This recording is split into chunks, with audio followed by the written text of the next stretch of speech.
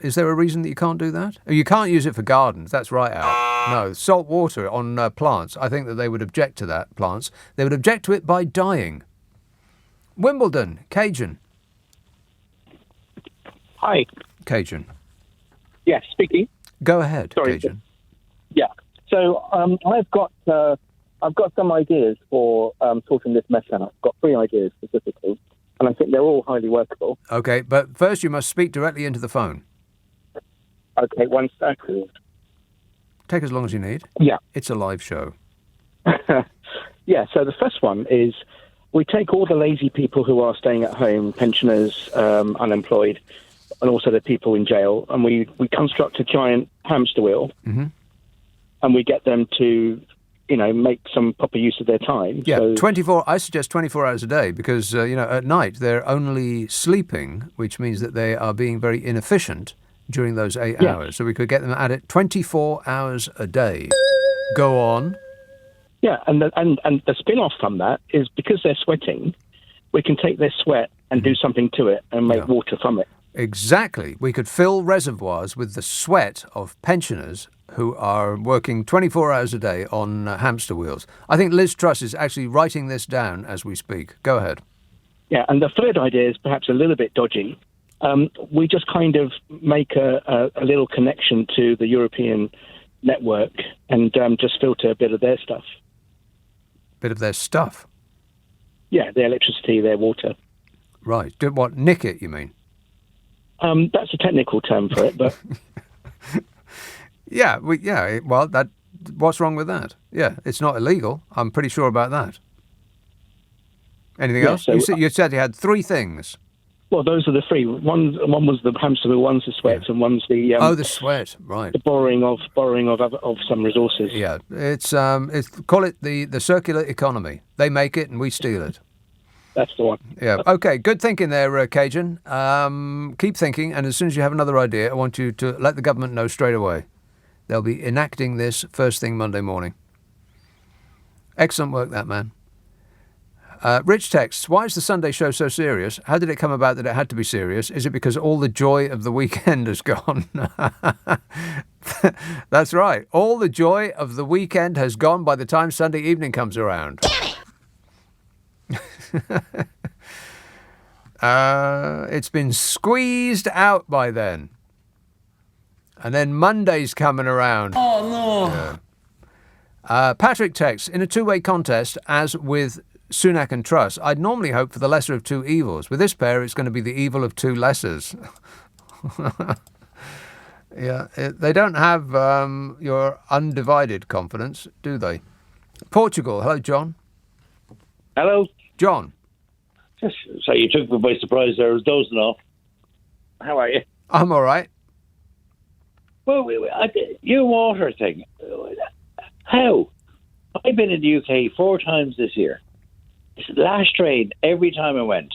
Right. It hasn't rained here, apart from today. It did rain for about an hour today, but it hasn't rained here in 200 days. Blimey. And it's lovely. Where are you in Portugal? In the Algarve. Right. So it hasn't rained in the Algarve pretty much all year long. No. And do you have drought? Is there a water shortage? No. Are people being told not to use their hose? No. Are people being told not to wash? Certainly not. I hope not. Are you being told to cut down on the amount of tea you drink? Wouldn't drink tea anyway, but there's water and beer, I suppose. Oh, there is water in beer. That is correct. Booze. Yes. Well, I imagine there's been no. The UK it rains all the time, all the blooming time. Yeah. Apart from just lately. Year. I mean, this summer and I think probably the winter as well. It didn't really rain that much, but we are used to an enormous amount of rain. I think the difference between us and Portugal, John, is probably that Portugal wasn't stupid enough to sell off its water. Well, no. What we do is we conserve the water. If you drive up a mountain, there's a mountain behind me called Monchique. And if you drive up Monchique, you'll see little aqueducts cut into the side of the mountain the whole way down. So whatever little rain we get, we gather. and we keep. And we put into things we call reservoirs. And they sit there, and come December, January, might get a bit of rain, but every little piece we gather and we hang on to. Well, we have a different system in this country. In this country, we sell our reservoirs to have houses built on them, and then don't build new reservoirs to take up the slack. And then whatever water we have left, we throw away. And that might have something to do with the problem. Now, you punch a hole in the pipes to make sure it doesn't get to where it needs to go to. So, yeah, that makes perfect sense. Yeah, and then the executives award themselves bonuses for excellence in being them. Yeah, but at least they're clean though. They've washed themselves before they went in to get the bonus. Oh, they got no end of water over at their place. Yeah, believe it. All right. Okay. Thanks a lot, John. Keep us updated. 0345 6060 973.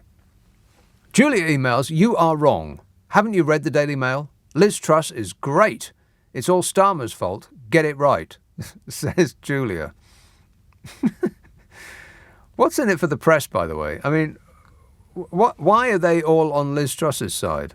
Don't you find that a bit weird? They all just decided, oh, it's her. It's not that evil, fishy bloke. No, they all want Liz, the Liz bot. Why is that? Aren't you a little bit suspicious? I know I am. What's in it for them? Archie says, "Thanks for being there." Well, hey, Archie, thank you for being there. Ian says, "We have so much information at our fingertips these days, although it seems to me the population is getting less educated, or maybe just less savvy. We're getting ripped off on a colossal scale, deep depression coming, and until we have a party for the common man, then the Tories will keep winning. The Labour we have now is just the same as the SNP rule in Scotland right now. It's just the same. It's just the same. And the Labour we have is just the same. Are you saying just the same as the Tories? No, it isn't. It's not perfect. But if you are going to wait to vote until the perfect party comes along, then you're going to be waiting a very long time. People, you've got to stop saying this. It might not be the Labour Party in the manner that you would ideally like it to be, but it is not the same as the Conservative Party. If you want to vote Conservative, good luck to you. But if you want to vote Labour, but you're not going to because the Labour Party isn't perfect, then you're part of the problem. I'm so tired of hearing this. Oh, well, there's what's the point in voting because they're all the same? No, they're not. Pick one. It's painful. The Conservative Party will win again. I'll lay you a small amount of money on that. They will win again because they do winning really well. They don't really, as far as I can see, they don't stand for anything other than winning. They've just become a political winning machine. And if you don't like their principles, then like Groucho Marx said, they have others. They don't stand for anything other than acquiring and holding on to power. Now, the Labour Party are not the same as that because they're useless at doing that. Terrible at it. They keep losing over and over and over again. So just in that respect alone, they're not the same. And just because, if you were yearning for a Jeremy Corbyn-style government and you're not going to get it, well, what are you going to do? You're going to sit at home whining? Stop whining. Or are you going to do something about it? And this notion that, oh, well, we must forget about Labour because, Keir Starmer is not going to deliver as a socialist nirvana. Well, it's because he doesn't think that is what will win him an election. And he's probably right. But the people that would vote Labour are going to sit at home on their hands just because the Labour Party does not correspond to their perfect ideal. It's just beyond stupid. And I think it's because, I know I've said this before, that a certain number of people on the left are addicted to losing. They just love that delicious sense of despair ooh, they're just keen to just wallow in it for another 5 years. Sitting at home. Whinging and whining and moaning. Because that's, there's just so much fun in that. And I genuinely mean that. There is a lot of fun in whinging and whining and moaning. Just glorying in failure. Oh, loving it. Stop doing it. They're not all the same. But you can't tell people. Never mind. It's just life. 0345 6060 973. Text 84850. Email nick@lbc.co.uk. And if you're on Twitter, it's at LBC. Let me remind you that I do a podcast with Carol McGiffin. Yeah. Now, we didn't have an episode last Monday. It was all Carol's fault. What? No, it wasn't. It was, it wasn't anybody's fault, really. We thought we'd lost half of the podcast. In other words, only my half was recorded and her half got lost. But some very, very, surprisingly helpful people at the company that we use. It's a free software that we use. We hadn't paid them a penny, and they went above and beyond. Zencaster. Appreciate it. But we found it eventually and managed to reverse engineer it into a podcast. So what we had thought we'd lost from last Monday is going to come out on this Monday. And it is a funny one. Now, if you want us to have a bash at your issue, because the idea is that we solve people's problems. Now, we laugh a lot while we're doing it, and sometimes we do actually have a bash at some people's issues, and sometimes we kind of just skate off on a tangent. But the only way to know whether we're going to solve your problem or not is to send it to us. And the email address is nickandcarol@global.com. nickandcarol@global.com. And be prepared for a certain amount of satisfaction. Oh, right, yeah. Ask for it by name on an internet near you. What's your problem with Nick and Carol? Get it on Global Player. This is LBC with Nick Abbot. I enjoy working with people. Yeah, sure, why not? I've met some people, they're okay. I'm not overly keen, but, 0345 6060 973. Harlow, Gladys. I'm so glad. Hello there, my lover. How are you doing now? Harlow, Gladys. Can you hear me? No? Oh, yes, you can hear now, you little Egypt. Oh, yeah. Hello. Hello, Gladys. Right. Hello. I'm going to be talking to you now. I'm going to be complaining about the landlords. Uh-oh. I won't mention them unless you say. Can you hear me? No. You can. Now. Don't be mucking me about now. I tell you. What are you going to be complaining about? The Aegis have put the heating on now, haven't they? And the hot water's going through the pipes, and it's heating up the flat. Now wait a minute. Your landlord has put the heating on? Yeah. Well, I live in the sheltered housing complex. I'm disguised and everything, if you know what I mean. No. I'm living in the sheltered housing complex, and we've just had the new boiler put in. Yeah. And I was told a little while ago that the heating sensor from the boiler here is operated somewhere in Bradford. Did you ever hear the like now? Isn't so that... now, wait a minute. If you have to turn the heating up, you've got to go to Bradford? No. What happens is, I think there's a sensor in Bradford that says there's heating needed in Harlow. Now, what are we going to be doing about that? For crying out loud. Did you ever hear the like now? No, I did never hear the like. I can't be working out who's the most incompetent, whether it's the landlords or the government. The government. And right now, my landlord's at top of the list. Right. But they put your heating on. Why did they do that? Well, it's boiling outside. It is, indeed. And I can turn the radiator off and on, which obviously the radiator's off now. Yeah, right. But the hot water feeding the communal pipes through the building have now got a load of hot water running through them now. Oh, so that's heating your flat up? That's heating the flat up, yes. And I know it's not just mine because the pipes are communal. And I went to the bottom of the day room and I give them a feel this morning, and I tell you, they was on then and all. What in the name of all the frilly knickers about now?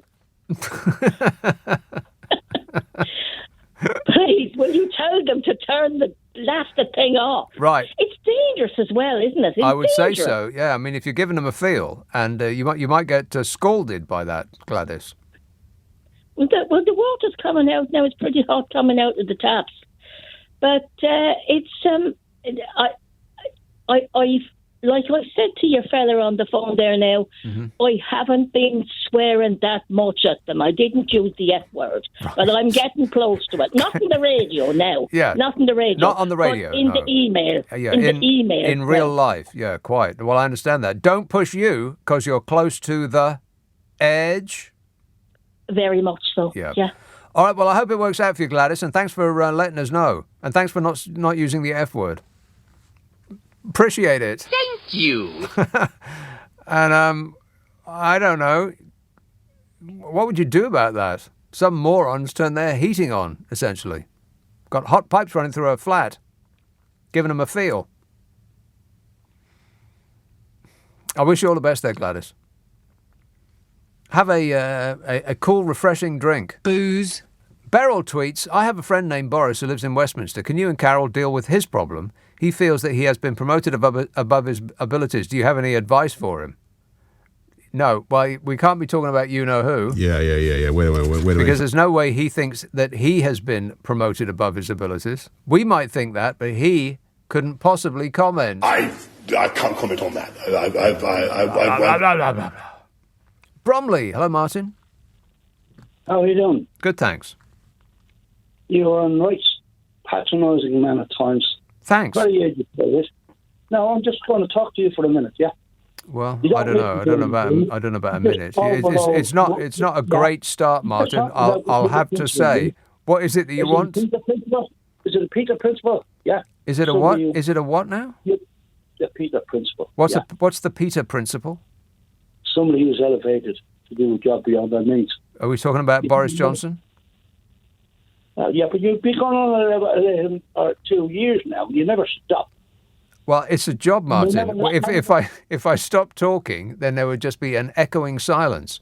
What's more concerning to me is that you would subject yourself to something that you don't like just in order to, I don't know, give yourself something else to complain about. Is that what's going on here? Maybe it'd be better if you actually spent the rest of your life doing something that you do enjoy. Life's ticking away, Martin. You ain't got a lot left.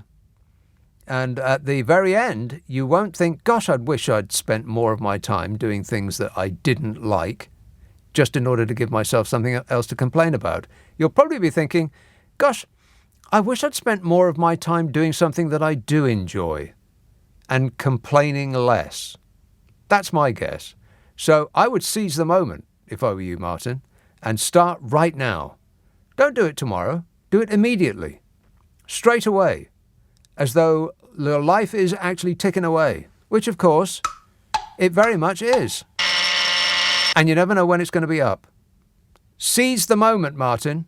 The best time to have started was when you were young. The second best is now. You're wasting your time just sucking up irritations in order to just blurt negative out again. But you can't tell him. Pointless. He'll be there on Twitter. I don't like this. I don't like that. Man. John emails, crisis? What crisis? My neighbour had the tumble dryer on and the white snake thingy protruding out of her window, spewing expelled hot air into the outdoors as if we need more heat.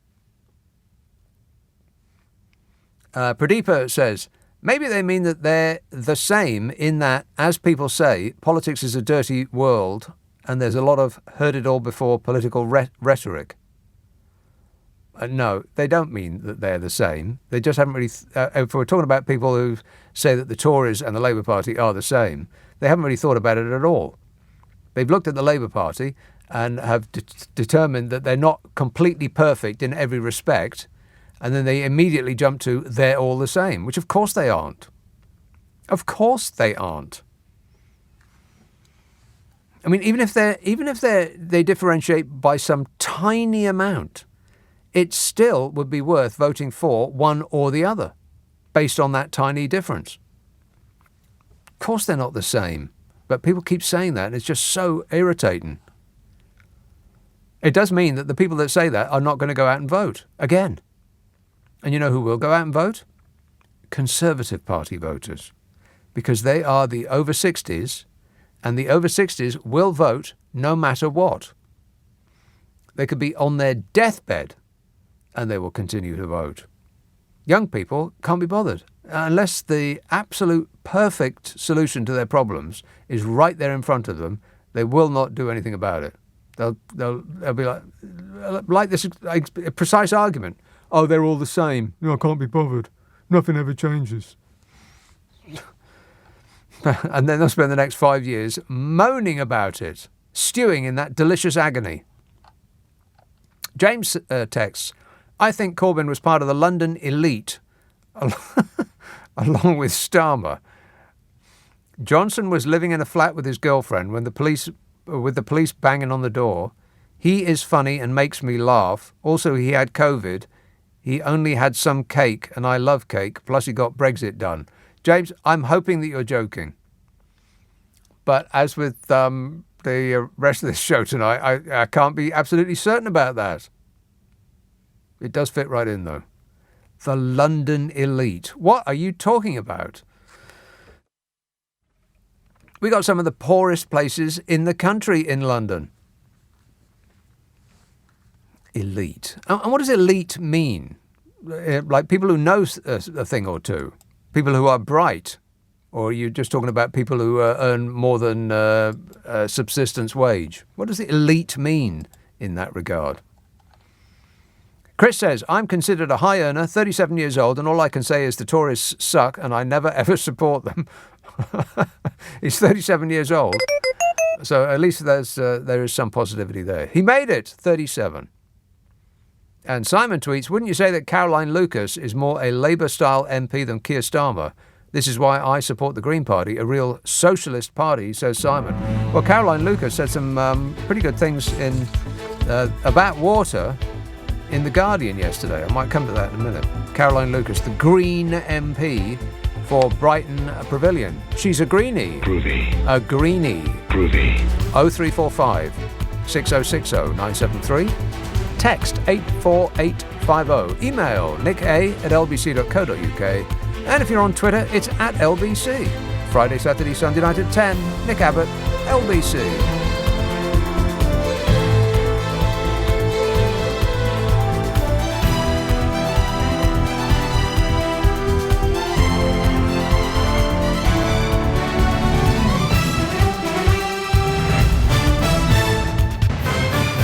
This is LBC from Global, leading Britain's conversation with Nick Abbott. Everything is going extremely well. So they opened their big mouths and out came talk. Talk. Dan texts, young people did vote for Jeremy Corbyn in their droves because he gave them hope, but apparently that counted for nothing. Well, that's the screwed up electoral system we have in this country. I mean, people do talk about the 2017 election, Theresa May v. Jeremy Corbyn, as though it was the worst election that Labour ever lost. They weren't that far apart. The Tories got 42% and Labour came in at 40%. Almost neck and neck. Practically nothing in it. And yet, because of the system that we've got, the Tories won 100 more seats than Labour. 100!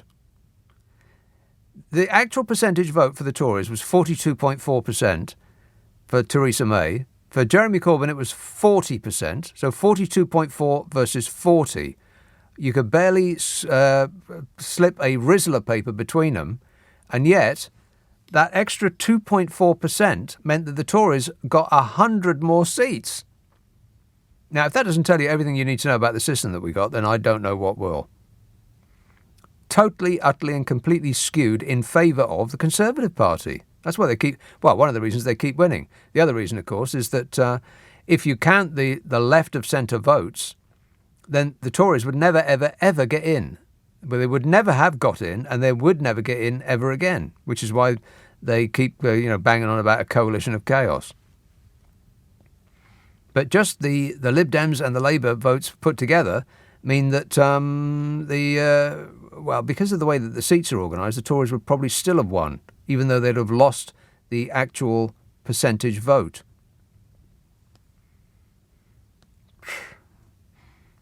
There has to be a rainbow coalition. I mean, most countries in Europe, many, many countries all over the world that are run more efficiently and better and have happier people are run by coalitions. Coalition does not mean chaos. The situation that we have in this country is that you just get one dictatorial government after the next, who could do pretty much anything they like, which was the case with Boris Johnson. Yeah. Wait a minute. I mean, he got an 80-odd seat majority. He could have done anything he liked. And what has he achieved in the last 3 years? I mean, name me one thing. Anything. Don't say got Brexit done, because Brexit is not done already. They're still trying to get it done. It's never going to get done. They never want it to get done. There's perpetual fight with Europe and the French in particular. Because it fires up their base. Makes people angry. And that is their offering for the next general election, making their fans angry. Angry at, I don't know, what is it this week? Statues of slave traders that people don't like the look of. History. You're not allowed to recount what actually happened in the history of this country, because that is apparently rewriting history. If you tell the truth, that is apparently rewriting the truth. The whole world's gone insane. Toilets, of course, unisex toilets. What else? The blob, the woke, lefty, activist blob of the civil service. Unions, of course, always a perennial favourite. Militants, union barons. This is what they're going to be offering at the next general election. And I think it'll go down like a house on fire. Their fans will love it. And they'll get in again because of the electoral system that we got that is skewed in favour of the ruling party. John says, can you imagine getting paid £2 million plus bonuses a year to turn on the big taps so that we can have water in our little taps and spill millions of litres of water a day while doing it? Where do I sign up, says John. It's actually worse than that, John. It's not £2 million a year. It's a £3.1 million golden hello. Hello? That's what the CEO of Thames Water is getting. £3.1 million before she's actually sat down in the chair. What a hello. Hello? Caroline Lucas was talking about this in The Guardian yesterday. I'll get to that in a minute. First, though, here is a call in Luton. Chris. Good evening, Nick. Yes, sir. I sort of alienate myself all the time. I mean, in the pub, even with my friends, like they say, you just bang on too much about politics, you know. Yeah. But they're moaning about things. People in the pub are moaning about things, and you point out, well, this is why this particular thing, whether it's the NHS or social services or the police, and they go, yeah, but they're all the same. And then you give examples of why they're not the same. You know, just talking about politicians, they're all corrupt. Well, Jeremy Corbyn wasn't corrupt. Oh, yeah, but he's an idiot. Well, at least he was an honest idiot. You know, I mean, it just upsets me so much. People, working class people, you know this, and they're not brought up to talk about politics. You know, well, they are, but they just don't realise that they're talking about politics when they talk about the council can't come around and collect your bins because they haven't been given enough money to do so by central government. And the central government is doing it because they hope that the locals will blame the Labour Council for not picking up the bins, where it's it's the money that comes from central government that has forced the Labour Councils to withdraw their services. So they are talking about politics, they just don't know that they are. Honestly, up to a couple of years ago, I ran a pub in Luton, and people would come in and they'd go, something about immigration or something or this or that. And I'd go, well, hang on a minute, what about this? And they go, oh, yeah, but you're being political now. And I'm like, so, OK, you can't talk about politics in the pub as long as it's right-wing politics. You know, Right. and it's just honestly. And I had people say to me, "Oh, you can't be left wing and run a pub." What? Honestly, seriously, because basically they want to go in there and spout this absolute BS that they've read in the Sun. Or, I mean, it's just it drives me nuts. But I do alienate myself a lot. People just like, you know, you can see them clouding over. And I'm just saying, you know, you brought it up. Yeah. I mean, but one other thing, Nick, all right, you get it from the left as well. My mate in the pub, Pol Pot Tony. I mean, basically, Pol Pot Tony. seriously, Yes. he's like, you're a complete, you know, because you're still in the Labour Party. You're pathetic. Da, da, da, da, da. And I'm like, well, what do you really care about? You know, even under bloody Keith Stormer, that things are going to be better for working class people.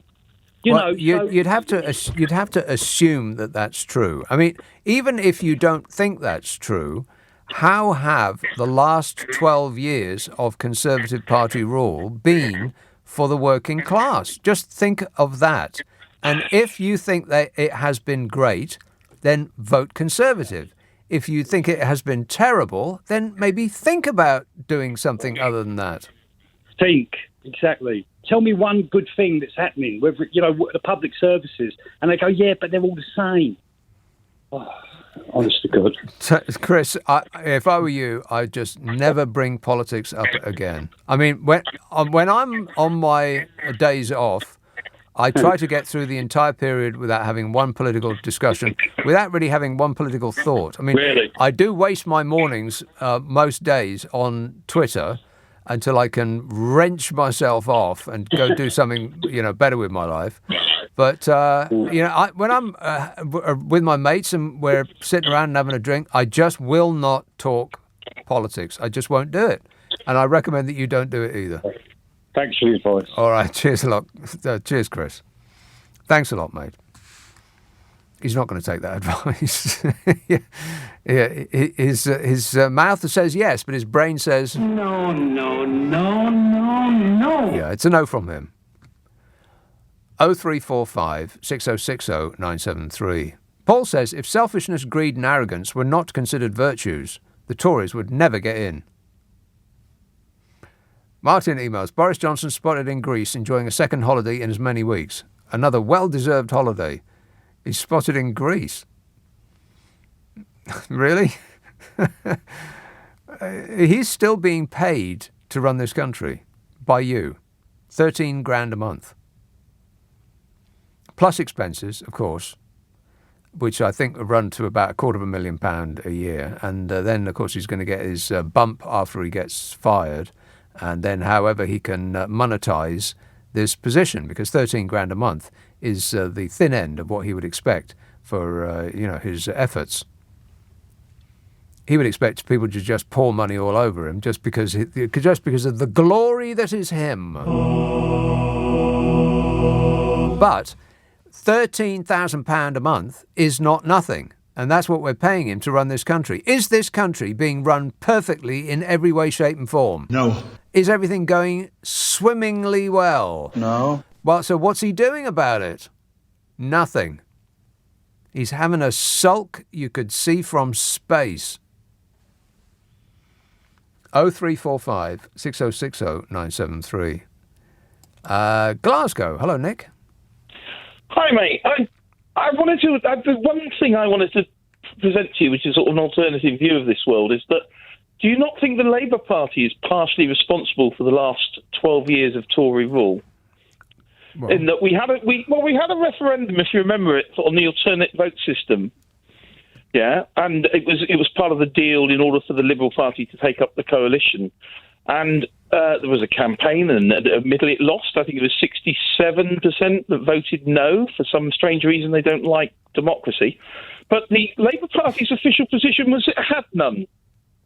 Now, why do you think they did that? I think it's because they still think that they could win ultimate power in the same sort of grab that the elected, unelected dictatorship that we have at the minute have. And so they still hold this desire that somehow they too can become the dictators with 46% of the population voting for them. Yeah, I agree 100%. That's completely why they did it. And if you spin forward a bit, part of the misery this country is also going through, which is the absolute skip fire that is Brexit. Yeah. Where was the Labour Party during that referendum, Nick? Do you remember? Where was the beloved leader Jeremy Corbyn? I agree 100%. So are they? Is it me, or are they not? Are they not adding to our pain? Have they not really added to our last 12 years of misery? Well, they're not actually doing up and standing up and doing something. They're not adding to the pain, but they're not relieving the pain in any way. The pain is not their fault, but they're not actually doing anything to relieve that pain. So, but why will they not? Why will they not do that? And they still won't do that now. They will not stand up and say we will just have a. Get into power, we will change the electoral system, we will stop this madness. And it is madness. You look at Germany, I mean, we used to laugh about Italy, but they've had less prime ministers than we've had recently. Yeah, that's actually true, yeah. Italy used to be a byword for political comedy. But look at us. Yeah. Wait a minute. I know. Laughing. If it weren't for Donald Trump, we would be the laughing stock of the world. Well, you talk to any Europeans, if that's still allowed, and they do slightly ask the question why all the time. Yeah. And I don't have an answer for that. Well, neither do I. No, I have absolutely no idea. I'm completely clueless as to why it is that we're going through this. I mean, who's it benefiting apart from the very, very few people in the donor class, the international criminal super rich who pay to get their way by pouring cash all over political parties? But is this not the Trumpism of this country? If you can win an election with a minority of the vote, I mean, this is the reality is if you target the right people, you can win and control this country with the majority not getting what they want and the minority getting what they want. Yes. So long as you feed them whatever particularly trope that they want to hear, you can stay in power. And is that not exactly what the Conservative Party has become very, very good at doing? It's bigger than the Conservative Party, because I think the same people that fund the Tories are also, in large number, quite suspiciously, the same people who fund the Republican Party. So it might be actually much, much worse than you just described. We might be looking at some sort of very slow-moving worldwide coup. There's about a handful of people who are very steadily taking over by that very method that you just described, by making sure that the right money goes to the right places. And if you think that Brexit was a sea of disinformation, just wait till the next election. You're going to have 1 billion adverts stuck on your Facebook feed and Twitter and probably your own personal email address, the likes of which you've never seen, highly directed to you personally, Nick. Well, I won't be on Facebook for that very reason. Right. Okay. Just ditch it. Good idea. And I think Twitter should always be treated exactly what it is. Yeah. It's Twitter. It's a lot of people. It's a place for me to talk rubbish about football generally. Right. It's a lot of people wittering. It's a lot of words signifying nothing. Yeah. But the people quote it to me as like it's news and like it's gospel. It's like it's something that It's like something that has been announced on the news by LBC or something I've read on The Guardian or the BBC has put out or ITN has put out. Well, I saw it on Twitter and I saw it on Facebook. This fellow on Facebook sent me this video that says these people are coming over on... Oh, no, that's Nigel Farage, sorry.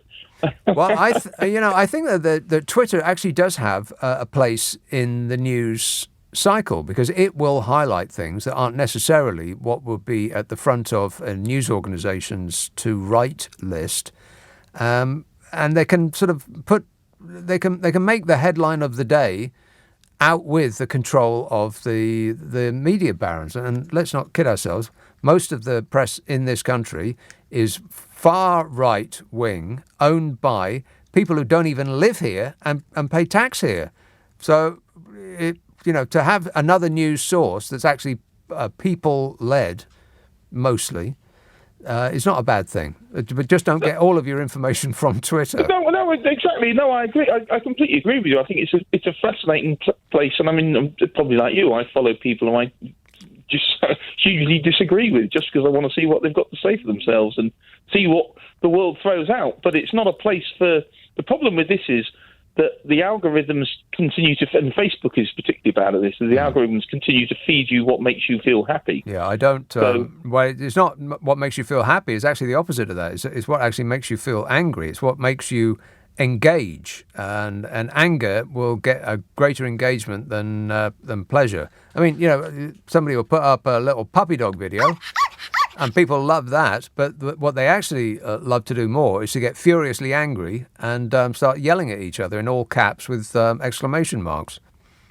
You've got a huge point there, actually, isn't it? It is. Turn the computer off and walk away from the screen, Nick. Just do it. All right, thanks a lot, mate. 0345 6060 973, Friday, Saturday, Sunday night at 10. Nick Abbott, LBC.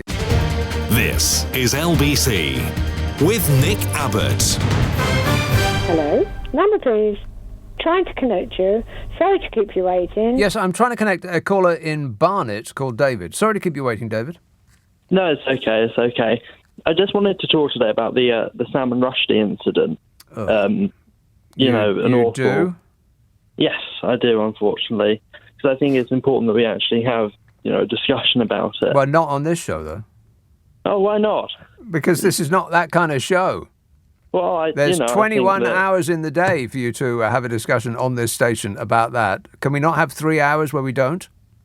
Well, I think, the only reason we've had this show is because the freedom of speech is a fundamental part of our country, and it is the foundation for free discussion. Are you trying to inveigle your way into my good books? No, but I do think that, this was a blow against freedom of speech today, and I think that you're still unfortunately countries like Iran, like Saudi Arabia, you're still trying to drag me down this road, and I don't want to go down there. Well, I think you should, and I think it's a major news story. I know it's a major news story, David, but we don't cover all major news stories, particularly on this show. It's like I said, 21 hours, 7 days a week. You can have any kind of conversation and discussion that you like on these very, very important issues. Can we not on a Friday and Saturday night have just 3 hours when we don't? Well, Nick, I have some advice for you. Maybe try doing your job. No, this is my job. This is my job. My job is literally what I'm doing right now, David. What my job isn't is doing whatever you want me to do at any given time, like a baby. Oh, my God. What is it with people? You can't have what you want when you want it instantly, so you throw all of your toys out the pram and you slam the phone down. I swear, there seems to be something wrong with the human race. When did we get so baby-like and selfish and self-absorbed? I want. It's just amazing, isn't it? The entire human race is now children. We have barely got beyond the developmental stage of a toddler. I want. Painful.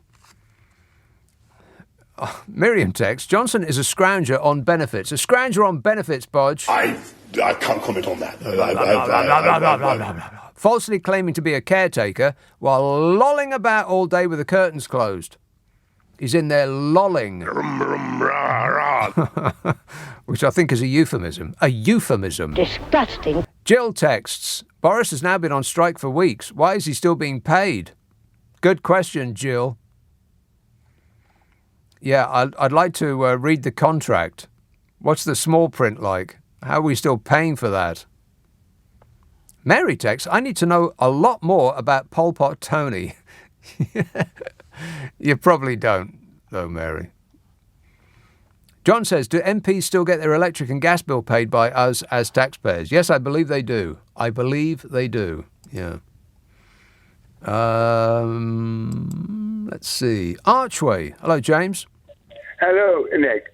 I was listening to the news, and the weather forecast said tomorrow will be nice, 34 to 36 degrees. Right. We all love that. But I thought that the heat wave was to end on Sunday. Well, now, you're in Archway. Yeah, and it's very warm here, believe me. I bet it is steamy and a little bit. I bet it's a little bit smelly in Archway as well. I used to live near there. It has a certain aroma, doesn't it? Yeah. Well, I can give you the weather forecast precisely if you require it. Yes, and one other thing. Well, hang on a minute. Do you actually want the weather forecast? Yes, I certainly do. Okay, tomorrow. 94 degrees. Oh, no. That's hot. Yes. 94 degrees tomorrow and brilliant bright sunshine. On Monday, a little bit of cloud, 87. Oh, that's nice. It's going to continue then. Well, it's going to continue. I'm afraid not, because by Tuesday it's going to be raining and 78, and by Wednesday it's going to be 73, and maybe thunder, lightning, very, very frightening. And very frightening. And then mid-70s for the next couple of weeks. But, 70, 75, 78. Hot. H-O-T-A-I-R. And Nick. Yes. Have you gone anywhere nice visiting in England this year? Have I been anywhere nice in England this year? Yeah, Why, yes, I have. Oh, good. Tell us something. Oh, you want to know where it actually is? Oh, okay then. I've been to Brighton. I went to Brighton for the day. Get a 6-pack of beer, sit under the pier. Lovely. What else? I haven't really been anywhere this year. Yeah. I can't think of anywhere I've been this year. That's terrible. Like back and forth to work, but I wouldn't call that a holiday. I went to Tesco's a couple of times, but that's not really a holiday either, is it? Yeah. I can't think of anywhere I've been. Yeah. Well, I've been to Folkestone. Oh, Folkestone's a great place. Yes. Well, the only trouble with Folkestone, if you go on, we say, if you go, like if you went probably by car, yes, right? I did. But if you go on the train and you get off in the Folkestone Central, well, you're in a Rubicon puzzle, really, because there's no signs up. I don't even know where Folkestone railway station is, and I've wandered around Folkestone quite a bit, and I can't think of where it actually is. Well, it's actually, it's very hard to describe. But it's actually near the bus station. But the thing about it is if you go on your own or anywhere else, but I'm just saying, there's no signs. You've got to ask directions for the people. It's a very beautiful place. It is. And I tell you what, there isn't there. There isn't any good restaurants there. Oh, that's completely incorrect. You got that totally wrong there, James. There are very good restaurants there. But now in Folkestone Central, I'm talking about. Right. Well, I don't know what you mean by. Hang on a minute. I don't know what you mean by Folkestone Central. I'm talking about down by the harbour arm, down by the by the coast. I tell you what is very nice is where the harbour is and the park, going through the park. That is absolutely beautiful. Yeah. The scenery there is absolutely beautiful. There's no doubt about that. Folkestone is a great place. Oh, yeah. And I went through the park, and the funniest part about it is, I said, I must get a refreshment soon. And, of course, by the time you get to the place, you find, you can't really do that. Why? Because it's packed. Not only is it packed, but there's a queue, and you've got to go right through to the very end to Sandgate. And you don't know it's Sandgate. I'm not sure you really got the hang of Folkestone. You want to go and hang out on the harbour arm. There's some restaurants down there right by the what do you call it, where boats sit, the harbour. In the little bay there. Some great restaurants down there. You walk to the end of the harbour arm, and they got the bar at the end with the the little lookout thing there. It's excellent. Folkestone is an excellent place. What they don't have is all those like fairground, the slot machines and the Kiss Me Quick hats and the sticks of rock and all that sort of stuff. It's like a grown-up seaside resort. I like it a lot. I must go there before the weather turns, because I imagine it's not as nice in a storm. That's my recommendation. Don't go to Folkestone in a storm. This is LBC with Nick Abbott. Anybody care what this guy thinks? No! Hey, have you heard about Christmas dinner? Very bad news. I'll get to that in a minute. 0345 6060 973. Islington. Hello, Louise. Hello, Nick. Louise. I told your friend who answered the phone, I'm a very troubled woman. Oh, no. I thought, I've got to phone you and let you know about this. There's all the prices going up. There's the broken water mains, and all the water flooding out, and everything else that we've got to put up with at the moment. Yeah, half the country's on fire, and the other half of the country's on strike. Yes, and so about half an hour ago, I go in my kitchen, no water. I know. So I phone Thames Water, and she tells me, hang on for a little while, not too long, very good, and she comes back and tells me that there's a broken water main, and that's why we haven't got any water. Great. But they will be working until 3 o'clock this morning. And just to top things off nicely, to put the cherry on top of the cake, what else do you think she told me? Have cherry cake? She said that there is also a sinkhole. Yes, right. I know. You're sinking. You're sinking. All of that. I'm a very troubled woman. Yeah. Well, I'd be troubled too. Where is this sinkhole? I think very near to the broken. Well, yeah, it probably would be. I think I've gone a bit hysterical, actually. Yeah, I'd put your head in a paper bag and just scream it out. Do you the world a good, Louise. Thank you for listening. All right, thank you, Louise. I hope your water gets turned on straight away, if not sooner. It'll be maybe there ready and waiting for you tomorrow when you wake up. I'd let a couple of cups just drain away before you actually start drinking it, if I were you. That's my best advice. Not a lot, but a bit. Paul tweets, you can bet your life David will be crying now, saying you've curtailed his free speech. I want.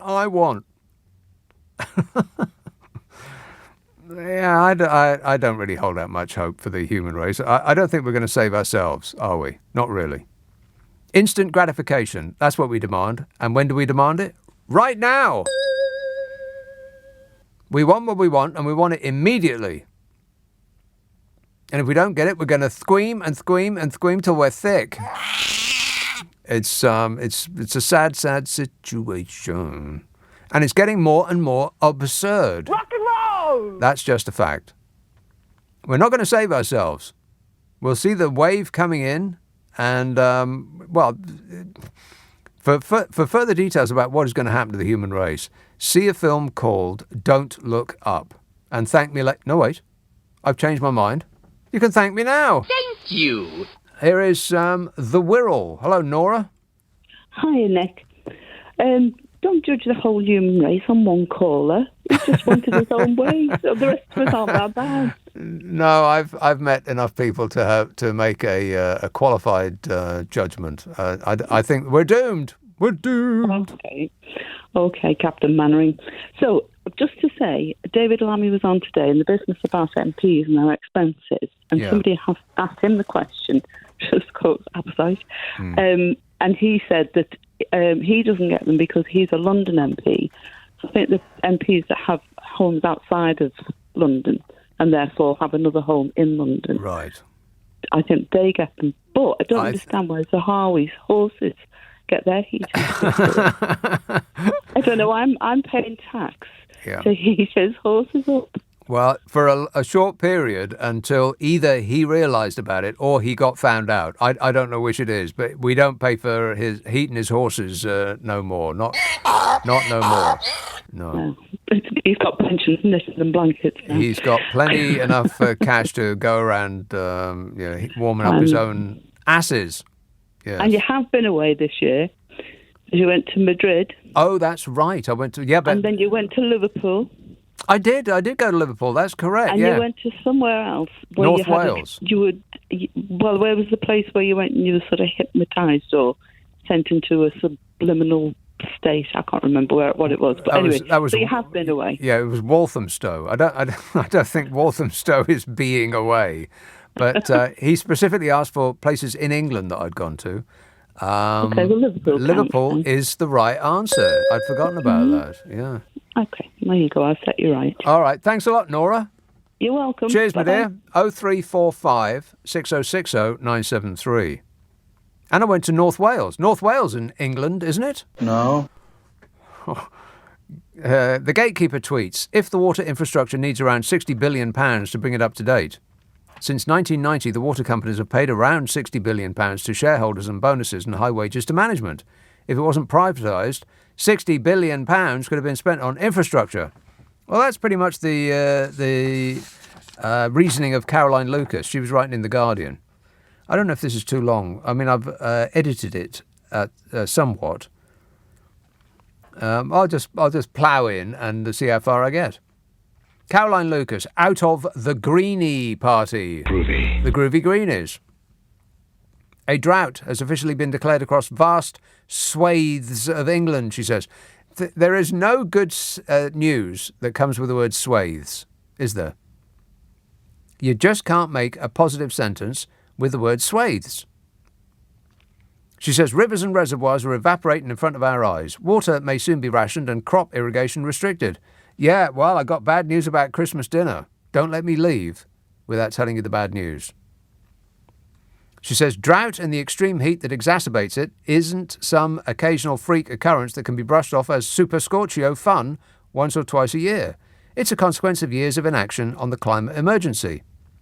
This is producing a perfect storm of energy insecurity, food supply chaos, and extreme weather that is wreaking havoc on society. Caroline Lucas, out of the Groovy Greenies, says getting a firm grip on this crisis requires both immediate and long-term solutions. Our lame duck government is offering neither. It's clear that the privatisation experiment for water companies has failed.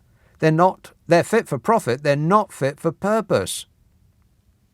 I mean, pick a hole in any of this so far. She says the head of Thames Water, the company responsible for the supply fiasco at North End in Oxfordshire, is set to receive a £3.1 million golden hello. Hello. £3.1 million golden hello. Hello. As in, here, now start work. God, can you believe it? A £3.1 million golden hello. Hello. For signing on as CEO. English water firms across the board have handed over £72 billion to shareholders in dividends. £72 billion. What kind of a stupid country would sell off its water so that they can give £72 billion that would otherwise have been spent on us to people who are already rich? Thank you, Margaret Thatcher.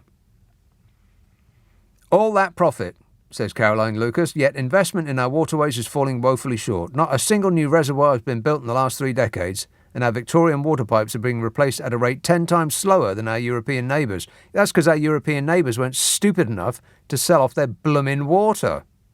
Just us. So we need immediate action, says Caroline. Yeah, Boris is all over it. Yeah. Wait a minute. Immediate action. Yeah, he'll immediately launch into doing nothing at all about it.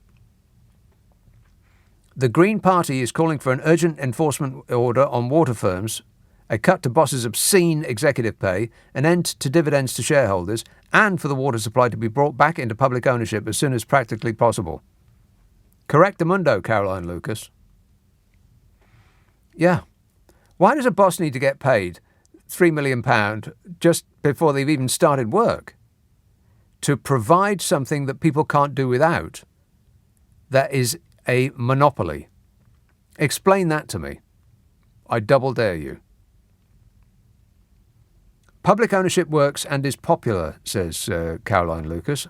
Publicly owned Scottish Water is the most trusted public utility in the UK, while not-for-profit Welsh Water has helped 60,000 low-income customers to pay their bills. They invest more too. Scottish Water has invested nearly 35% more per household in infrastructure since 2002 than privatised firms in England.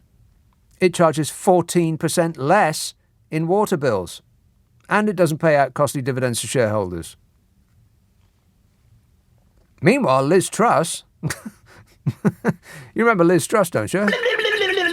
Yeah, that's her. Liz Truss is on a bizarre crusade complaining about solar panels in fields. Wow. And this is our future. God, they're sick of spotting dinghies. Now she's spotting solar panels. Solar panels. Solar is the cheapest form of energy and covers just 0.06% of UK land, less than the amount of land used by airports. And that's the top of Liz Truss's complaint list. Solar panels she's on about now. To top it all off, Truss has also refused to increase the windfall tax on energy companies and has pledged to lift the ban on climate-wrecking fracking. Is that the same Liz Truss that used to work for Shell? Yes. The solutions to this crisis are clear, says Caroline Lucas. We must keep fossil fuels in the ground and deliver a clean, green and affordable energy system. We need publicly owned utilities to do what they say on the tin rather than simply siphon off obscene profits to shareholders. The climate emergency affects us all and can be part of the solution, says Caroline Lucas, the Green MP for Brighton Pavilion, who is completely correct in every respect. Or as that melting candle, Lord David Frost, says, there is no evidence of a climate emergency. He actually said that out loud. You know, the raving genius that negotiated our Brexit deal. How's that going, by the way? Oh, fabulous. 0345 6060 973. Text 84850. Email nicka@lbc.co.uk. And if you're on Twitter, it's @LBC. Bad news about Christmas dinner. Have you put your turkey on yet? This is LBC with Nick Abbott. Call 0345 6060 973. Tweet @LBC. Text 84850. Come on, we're running late. Tom texts, relax. It's all going to be just great, mate. I was watching the news earlier on and I can confirm that Miss Trust has found the dressing up box. She was resplendent in a white laboratory. Oh, God, not kidding me. Really? She's doing that now? Dressing up in other people's work clothes for a photo opportunity? Oh, Struth. She was resplendent in a white laboratory coat whilst gurning at a scientist. Oh, and her arms remained stuck in that half-cock position. I think there's something wrong with her. Yes, she's obviously been trained. She's obviously being trained on the job. And part of that training is that her elbows must be locked at 90 degrees, and she does this thing with her hand. And she makes her hand look bigger because it makes her seem more important. It takes up more of the screen. And you lower the voice and speak very slowly and say, I have been very clear that, a lot. Usually she says that I have been very clear that when she's describing the opposite of what she said 10 minutes ago. It's painful. They're just playing games, is literally what they're doing. They're just acting. They're just playing at being in power. And the contest actually gives them power. These people. It's just staggering what's happening in this country. What is happening in this country? We have never had it so good. Yeah. Rochdale, Wayne. An ecstasy of fumbling. Yes, Wayne. Hiya. Yes, Wayne. I just thought I should tell you, because I can't believe what actually happened to me, right? What? I've got a scooter, right? You got a scooter? I move about on that. And I packed up in front of the door. I've got this light that if you go near it, the light comes on. Wayne, I have no idea what you're saying. What are you saying? I'm trying to explain to you. Yes. I'm saying that I had this light, right, that if you come near the scooter or the front door, a light comes on. Are you with me? Not really. It's a security thing. Right. Right. And I was in my front room, and it kept going on and off all the time. Yeah. And I checked the front door. I couldn't check out what it was. I thought I might catch something that got near it. But it was a slug walking across in front of the scooter. He picked up a slug. A slug. So the slug was walking over the sensor and setting the sensor right. Okay. All right. Thanks a lot, Wayne. Well, here's a question. How come spiders always find their way to the side windows of your car? What's that about? How do they always find their way up there? I mean, how do they know it's there, for a start?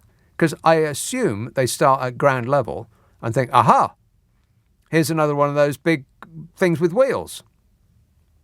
I'll climb up it while it's stood stationary, and I'll nestle in the wing mirror. Every single car in this country has got a spider that is, every now and again you'll see it, just poking its little head out. I don't want to freak you out by talking about spiders at this late juncture, but it's okay, they're outside. They're in your car. I just don't know how they always find their way into your wing mirrors. What's that about? How do they know it's there? Why do they always get there? Hello? Is this thing on? Kate emails, I was born into a poor bed, had poor parents, got a rubbish education, have no capital, and am risk averse. So capitalism doesn't work for me. Anyone got any alternative? Yeah, Denmark, okay. Or Sweden. Finland, perhaps, would be nice. I believe Finland is lovely this time of year. I bet it's freezing. But, somewhere that's more ordered around ordinary people rather than what we got here, which is a winner-takes-all mentality. And, of course, the winners were born winners because they were born to rich parents. The attitude of the regime, both here and in America, appears to be that if you were not born to rich parents, then you only have yourself to blame. That appears to be the way that things are going here. That's the nature of that high-wage economy we've heard so much about. Yeah. Of course, he didn't say who was going to earn the high wages, did you, Bodge? Yeah, I think that's the catch. The CEO will earn the high wages. Everyone else gets nothing. Gravesend. Hello, Audrey. Hello, Nick. On this business of water, things that are going on with the water companies, one town near me, like 3 days, they've had the road, traffic's come to a standstill, roads have been flooded for 3 days. Good. So what sort of a leak is that? And also, where I used to live, I had 2 men arrive at the door one day to check the water. Yeah. And they were there for half an hour. And as they were going, I said, is everything all right? He said, everything's fine. But as they were going out of the door, I said, if I'd known you were going to be here this long, I would have offered you a cup of tea. And as I was going out of the door, I heard one of them say to the other one, not with that water, she wouldn't. And they just checked it and said everything's fine. Oh, dear. You know? Well... So where is it to anybody to trust them? That is alarming, Audrey. That's what he said. No, I overheard it. Not with that water. Not with that water. Yeah.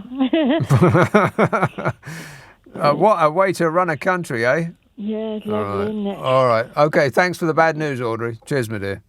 All right, just before I forget. Bad news about Christmas. Oh, no. The UK could face shortages of Brussels sprouts, cabbage and broccoli due to the dry weather as soaring temperatures threaten Christmas dinners. What? Farmers have also warned of a shortage of strawberries, as a combination of severe lack of rainfall and rising costs of production play havoc with yields. Britain is in the midst of the driest 8 months ever, as in forever, from November to June, as well as the most arid July on record for parts of southern and eastern England. The production of potatoes, onions, carrots and lettuce is understood to be suffering. Potatoes? Oh, no. See, I don't mind that the carrots suffer, but please not potatoes. They're my favourite. I swear, I think there's drugs in potatoes, don't you? I mean, there is no other thing that you would steal off somebody else's plate other than a chip. Why is that? I mean, you wouldn't go for a carrot off somebody else's plate, would you? No one would. But a chip? British Growers Association Chief Executive Jack said that he has never seen this combination of no rain and super high temperatures. He said, you're putting very small, very sensitive plants into what is now just parched land that hasn't seen a drop of rain for weeks and weeks, and trying to keep those plants alive is a real challenge. So at the moment, we're all wondering what proportion of the crops that are being planted for harvest in the winter are even going to survive. Supermarkets normally rely on receiving supplies from Europe if there are shortages of particular foods in Britain, but the entire continent has been impacted by a lack of rainfall this year. Plus, they're European. The head of horticulture and agroforestry at the Soil Association, Ben, also warned of a shortage of salad leaves due to their short roots, meaning they are unable to access water deeper into the ground. He said yields for kale and cauliflower are looking pretty rubbish. Well, who cares about kale? Tom, Deputy President of the National Farmers Union, said the lack of rain means crops such as sugar beet and maize are showing signs of distress, while there are challenges for farmers needing to irrigate field, veg and potatoes. He said the dry weather has also severely hampered grass growth, which could hit feed supplies for the winter, adding additional costs to livestock farming. Holy smokes. So no broccoli, no sprouts, no salad, no onions, no cauliflower, no potatoes, and no beef. No Christmas dinner on Jesus' birthday. Well, what about the turkey, though, eh? Thing is, you can buy a turkey, you just won't be able to afford to cook it. Christmas dinner is off. And on that unsatisfactory note, that's it. I'll be back tomorrow, well, tonight actually, more accurately, with my abnormal normal show, normal show, normal show, normal show, normal show, normal show, normal show, normal show, normal show, normal show, normal show, normal show, normal show, normal show, normal show. Khôn con để mẹ buồn, con đi xa xứ mẹ tuôn lệ sầu. Chiều chiều mẹ đêm mưa ngâu, mưa bao nhiêu hạt lệ sâu bấy nhiêu. Thương người ngày tháng quanh